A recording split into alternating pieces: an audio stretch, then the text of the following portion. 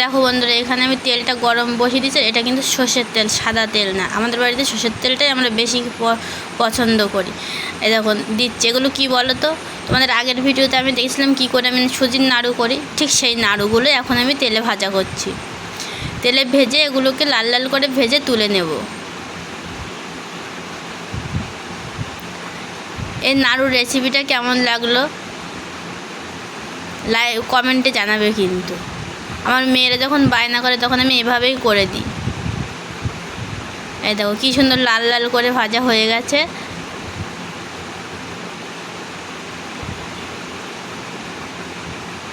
এগুলো কিন্তু খেতে খুবই ভালো লাগে। অল্প নারকেলের মধ্যে এই নাড়ুগুলো খেতে কিন্তু ভীষণই ভালো লাগে।